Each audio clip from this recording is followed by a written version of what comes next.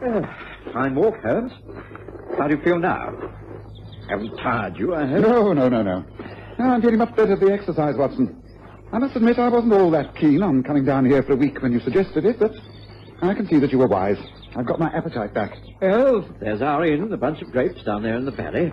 Gentle stroll back down there, and I admit I'll be ready for dinner also. After a game of darts, dominoes, or shove halfpenny, in an early night. Yes, this is the life, Holmes. Country, where nothing ever happens.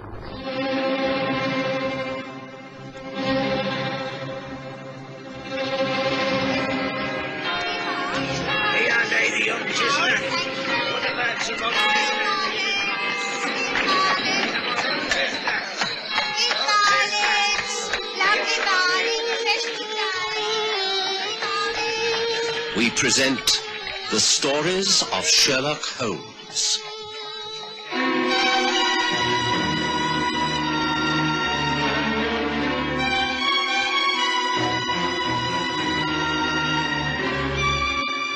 Tonight, The Runaway Runner.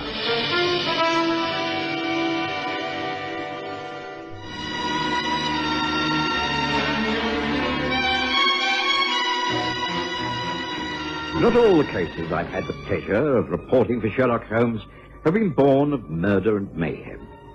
There have been intriguing ones of international importance, and all have had criminal connections. But there are several that stay in my mind for a different reason.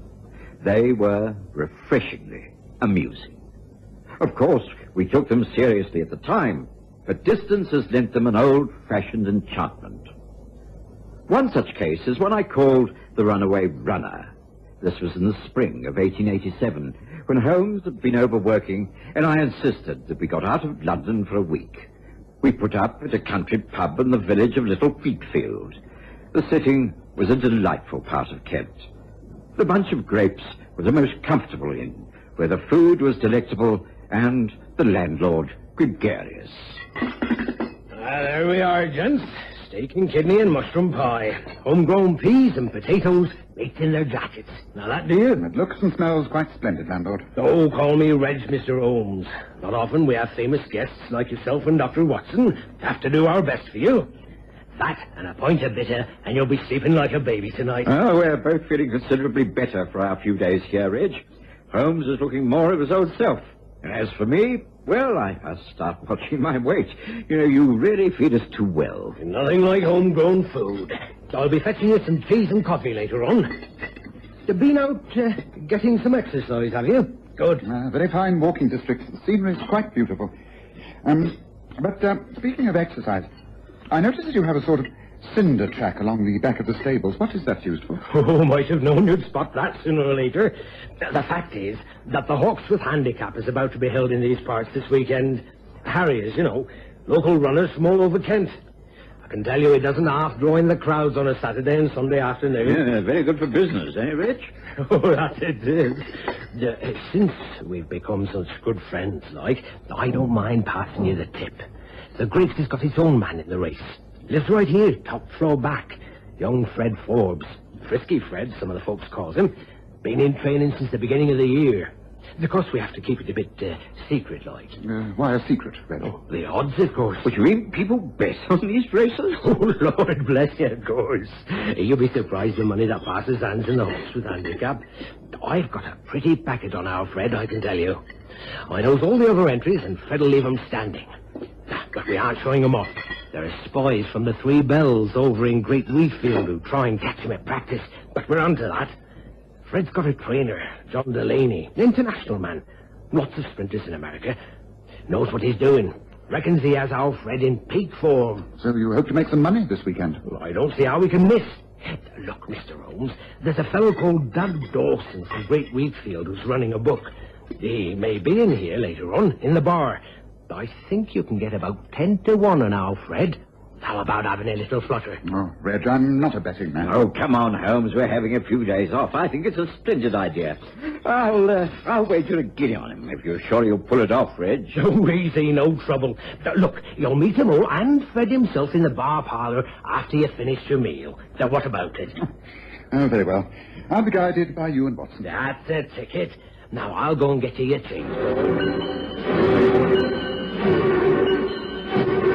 And so we looked forward to a light-hearted evening in the bar parlour. It was crowded with locals, and we were soon aware that the pale young man sitting at the bar nursing a mild and bitter was Fred Forbes, the man we were to bet on. He didn't look particularly impressive. In fact, he was decidedly miserable, and the locals were ribbing him about it. Oh, now, come on, Fred, pull yourself together. You gotta get things straight. First things first, she ain't important. She is to me. Malt Gosport is everything to me. Fred, you should face facts. Maud's someone else's girl. She told you so herself, didn't she? Yeah, I know, but that's what makes it worse. Who'd she turn you down for, Fred? Oh, she wouldn't say. Just said she loved another, and I don't know who. It doesn't matter who she is. The point is that you mustn't let this depress you. You got a big race on at the weekend. That's the important thing to concentrate on. Sitting there like a lovesick cow doesn't help at all. Think about your running, my boy. I haven't been training you all these months in order to have you go all sloppy. No, John is right, Fred. You must throw off this depression and get on with your training. That's the truth. Nothing about us. We've been behind you all the time. Yeah, I know, but it hasn't anything to do with my running the race. But it has. I know, athletes. The mental attitude is of great importance. Fancy this happening at a time like this. Mind you, it'd be even worse if Maud accepted you and began going out with you. You don't need a woman in your life at a time like this. You need all your strength in your legs. I'll be all right. Of course you will. Have another point, Fred, and forget it. That's right. Oh, and here are my two-star guests, Mr. Sherlock Holmes and Dr. Watson. Come and meet the crowd. Have a drink on the house. Folks, one on the house for Fred and the big race. What do you Never say? done that before. Never done that. I'll have a face. Thank you very much. It was a very merry evening. Under the hearty atmosphere, even Fred Forbes cheered up. The bookie from the other village failed to put in an appearance, however, and after Reg had called time gentlemen please for at least 20 minutes, the bar closed and we went to bed. Holmes and I spent the next morning together, once again walking the hills, and it seemed natural enough to join the locals in the bar at lunchtime. Everything to your liking, Reg? How's Fred this morning? Oh, seems a bit more cheerful. He's out with John Delaney, putting in a bit of midday practice on the cinder tracks, then a trot round the back fields. The odds on him at the moment are about 12 to 1. Reckon Sammy Grimes to the Three Bells in Great Wheatfield is a favourite. But he don't stand a chance. Get a 12 to 1 bet on, Mr. Holmes. Doug Dawson's bound to be in tonight, seeing as how he missed last night. Oh, have you seen him? Has he been back here? What are you talking about, John? What's the matter? Fred, he's run out on us. He just bolted. I looked everywhere. He's gone. No, just a minute. What do you mean he's gone? You were out there taking him for a lunchtime practice. How can you have lost him? Don't make no sense at all. I went out with him, down beyond the clinker run. We were just about to do the trot around the backfields when Fred... Well, he says he's feeling a bit chilly due to the wind picking up. Well, he was sweating a bit, and I thought maybe he'd be getting a chill, so I come back to get a jersey for him. Well, he left it on the back doors. But then when I went back to the lane where I left him, he wasn't there by the fence. I've been all over the village. No one's seen him. He must have decided to cut and run. I don't believe it. Fred wouldn't do a thing like that. He did, I He's tell you. here somewhere. Let's all go looking for him. That's a bloody good idea. Just one moment, if I might be allowed a word. Hang on. If you all go trampling around the place, you could destroy any clues as to what has happened. I think that this should be gone about in a more scientific manner, don't you? Mr. Holmes is right. He's used to this sort of problem. Oh, what do you suggest? Oh, we've got to find him. If he's backed off and decided he won't run in the handicap, then I stand to lose a fortune. Mr. Holmes, do you think you can find him? Let us take one step at a time. There may be a perfectly simple explanation to all this. Now, I suggest you all go about your business keeping your eyes and ears open, but your mouths tightly closed. I take it that everyone in here wants Fred to run on Saturday. Well then, it is essential that his disappearance is not made known to the other runners or their sponsors. Otherwise, Fred could well find his name scratched from the race, isn't that so? And so you must remain quiet in the hope that he is found and able to take place in the event. Now, please let us disperse quite quietly. Say nothing of this. Make discreet inquiries, and if you find out anything, report back to Reg here. Otherwise, go about your work and try to appear unconcerned. Now, will you do that? Good. And come, Watson, we have work to do. Oh, Holmes, do you think there's anything in this? I mean, surely it's hardly worth all this fuss. Fred Forbes must turn up very soon. Something can't have happened to him. Not at midday in the heart of the Kentish countryside. One never knows, Watson. Our good landlord is right when he says that quite a lot of money is invested by the local people in this young man. He must have an active opposition who stand to gain from his disappearance. You mean he may have been hobbled by someone with loyalty to another runner?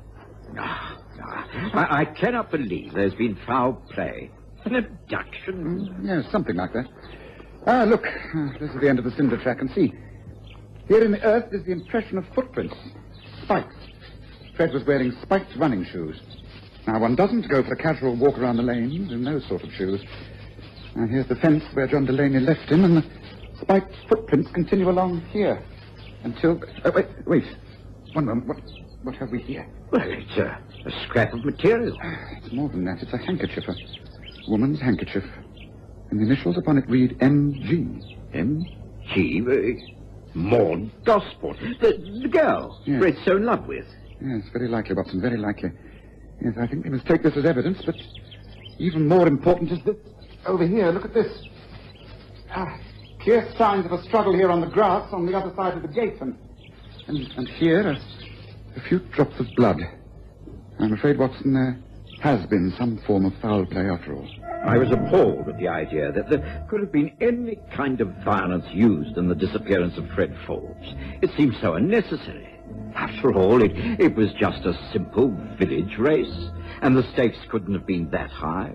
It simply wasn't worth it. But, as Holmes had said on many an occasion, people do strange things for the smallest of motives. And having got this far, we had to follow up on the clues we had obtained. Holmes insisted that the trail must lead us to Great Wheatfield and to the Three Bells Inn. This, we knew, was the headquarters of the rival harriers. It was some miles across the fields, and we were sorely in need of refreshment when we arrived. We were in luck, because it was clear that serving behind the bar was the girl we wished to question. Hey, Maud! Maud Gosport, there's customers waiting. All right. What will you have, Jen? 2 draft beers, please. Thank you. Oh, righty-ho. You're new round here, aren't you? Oh, just a few days walking in the district, staying over at the Bunch of Grapes in the other village. Oh. How are you? It's only that excitement at the weekend, when the Hawksworth Handicap takes place. The local folk are actually placing bets, I believe. That's right. Anyone you fancy? Oh, we got our fellow here. Sammy Grimes. He's a favourite. What about Fred Forbes? Frisky Forbes, they call him at our inn. Do you fancy his chances? Who? I ain't never even heard of him. Can't help you. Don't take much notice in these things. It's not sophisticated enough for a girl like me, you understand? Oh, there you are. Ah, here we are. Now, keep the change. Oh, so very much. Oh, here's Doug Dawson. If you want to know more about that stupid race, you better ask him. Good afternoon, gents. Did I hear you showing an interest in the Hawksworth Handicap? That's right. My friend and I are staying in the other village. The Grapes, are you? Well, now you should know all about the race, then. They've got an outsider of their own. Yes, that's right. I was just talking to your barmaid about him, Fred Forbes. Don't stand a chance. On our books, he's out to 15 to 1. Really? You know, I wouldn't mind a mild flutter myself. Well, I'm the bookie. I'll take your bets. Doug Dawson's my name, and I'd be happy to accommodate you, my friend. I think I'll take a couple of guineas on Fred Forbes. Oh. What about you, Watson? Oh, make mine a £5. Oh, mighty interesting. It's a pity to take your money, but I will. I'll just get my book and write out your bets. It's been very nice meeting you, gentlemen. And I doubt if we'll be meeting again, because you certainly won't be coming over here to collect your winnings. Now, let me give you your receipt and your slips. Get my betting book, will you please, Maudie? After we left the Three Bells, Holmes insisted that we walk the long way back to Little Wheatfield. This meant going by what was known as the lower end. It was obviously the poorer part of the village. Holmes showed an active interest in all the buildings, and particularly in a row of cottages on the road that led to the open countryside. Yes. Most interesting, Watson. Look, over there, that row of houses. 2 shops on either end, and 3 houses in the middle. Yes. Each house bears the sign for sale or rent. Yes, that's so, but, well, what's so unusual about it? The name of the agent, Watson. D. Dawson. Our bookmaker friend is also a dealer in property. That's very interesting. Yes, shall we walk round the back of those houses? It'll not be more than a few minutes out of our way. It's a pity we can't obtain an order to view. Well, I suppose we can if you're interested, but why? Now, reason it out, Watson. Maud Gosport is clearly feeling very guilty because she even denied knowing Fred Forbes. And it's the talk of the whole district that she's rejected his amorous advances for another. She must know far more than she's saying. And she's a great friend of Doug Dawson, who's running a book on the race and is sponsoring the favourite, Sammy Grimes. Her handkerchief is found near what is most likely the scene of Fred's abduction. Now, if you kidnapped a healthy young man and wished to keep him a prisoner for over 24 hours, where would you choose to hide him? Holmes, you don't mean in one of these houses? Do you think of a better place? And my guess would be this one, Watson, the middle one. And why? Because even if he was able to cry for help, the houses on either side are empty. I should think ideal. Now, here we are, at the back gates of the garden. Yes.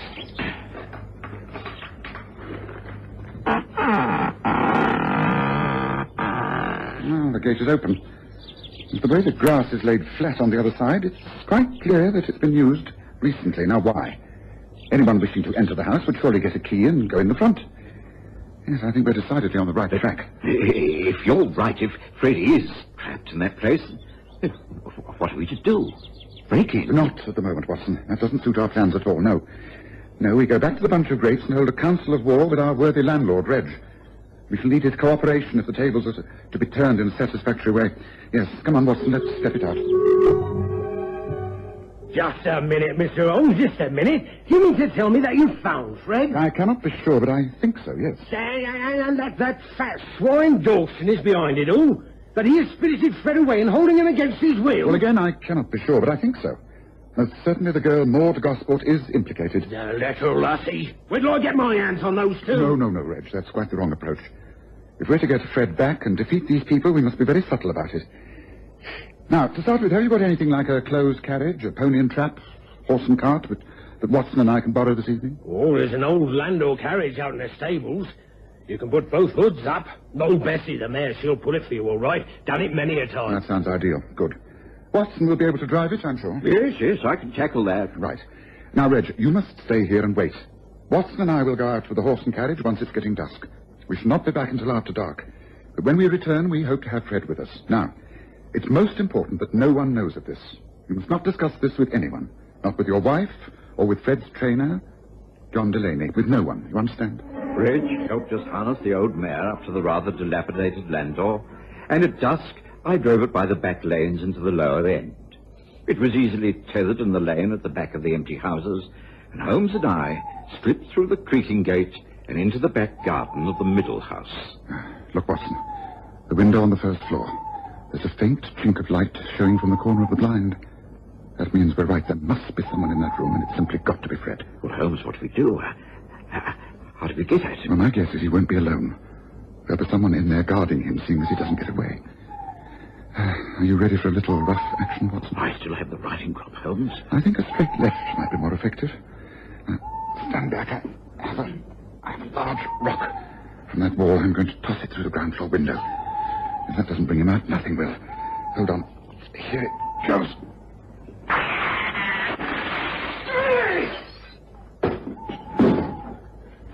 What the devil?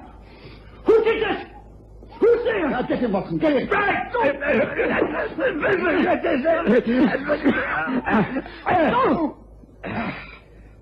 Good man. You grasped him with a lovely right hook. Here, help me get him inside. He's out cold. Come on. I think we can leave him here for a bit. Let's get up to Fred.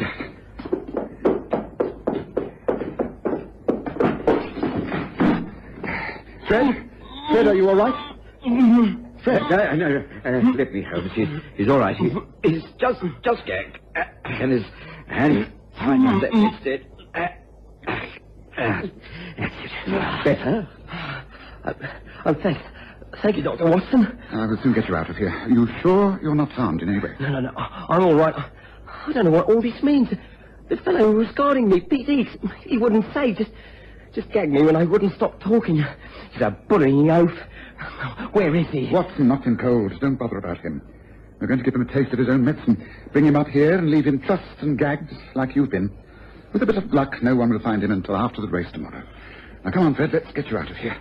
That's it. And then, Watson, we will attend to the man, Pete Higgs. Are you ready? We got Fred down onto the land door and put the hoods up. Then we made sure that Pete Higgs was securely tied on the bed we'd taken Fred from. After that, it was easy to urge the mare to trot back to the bunch of grapes where Reg was more than delighted to welcome us. You did it! You did it! Oh, Fred, my boy, what an adventure. You sure you're all right? Yeah, I'm fine, Reg. Give me a full meal and a night's sleep and I'll be as good as new. But I still don't know how it all happened. Well, you'd better be prepared for a nasty shock. You see, the man behind it all is your own trainer, John Delaney. What? Of course, he arranged it all. I was suspicious from the moment he said he left you to come back here for a jersey. Now, what trainer would leave a sweating man out there in the cold? Then I did some more checking up. Delaney is the man Maud Gosport referred to you, Fred. What? I'm afraid it's true. She was swept off her feet by him, even to the extent of joining in the plan. She wrote you a note asking you to meet her at the end of the cinder track, didn't she? Then, when Delaney left you, she lured you into the lane where Pete Higgs and Dawson started on you. You put up a fight and drew blood with your spikes, but they abducted you. Well, we managed to beat them. But now the thing is, can you beat the rest of them tomorrow afternoon? You'll have to run the race of your life, Fred. It was quite remarkable that somehow the news was kept a secret in the district until the runners were announced for the big race the following afternoon. There was a gasp of surprise when Fred Forbes appeared looking smart and fresh for the event. A large crowd, including Holmes and me, gathered at the start. On your marks! Yes, sir! Whoa!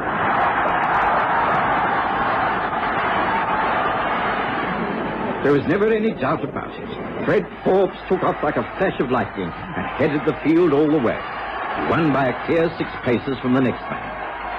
The jubilation in the bunch of grapes that evening knew no bounds. Well, Watson, a most satisfactory end to our short holiday.